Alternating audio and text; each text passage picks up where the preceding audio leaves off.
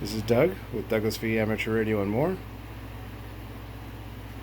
These are the batteries I've used over the last 6 years since becoming a ham.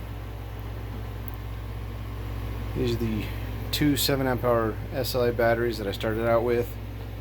As a lot of people do, they start out with SLAs and move along. You can see they're swollen and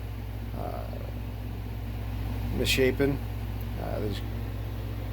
They do that sometimes. It eventually happens, especially in the heat. And this Dakota lithium has been a good battery, actually a great battery, but it's a little rough with the negative terminal and broke it. Tried to fix it, but to no avail. I probably was doing something wrong, and soldering is probably not a good idea on terminals. And then these two 10 amp hour Nermak batteries have been really good for me. I haven't had a problem with them, but I haven't had them in the field all that much. And on field day, a pota, 1 or 2 sotas, but that's about it.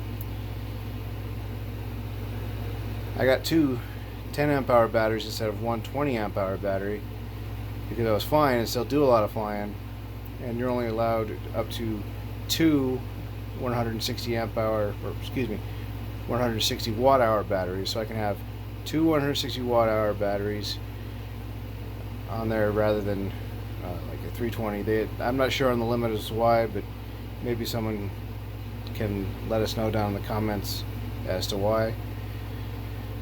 But I could have gotten the 12 amp hours, but didn't feel like it at the time. They've been good, but two Dakota lithiums probably would have been better. But these are the batteries that I use or have used in the past. I suggest lithium all the way because in the long run they are better and less expensive in the long run. And if I remember right, these Nermaks were only about $4 or $5 per amp hour, so still a pretty good price. But I haven't done extensive testing on them.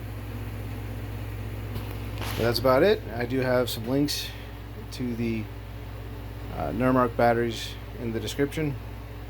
I do make some commission off those if you purchase through those links.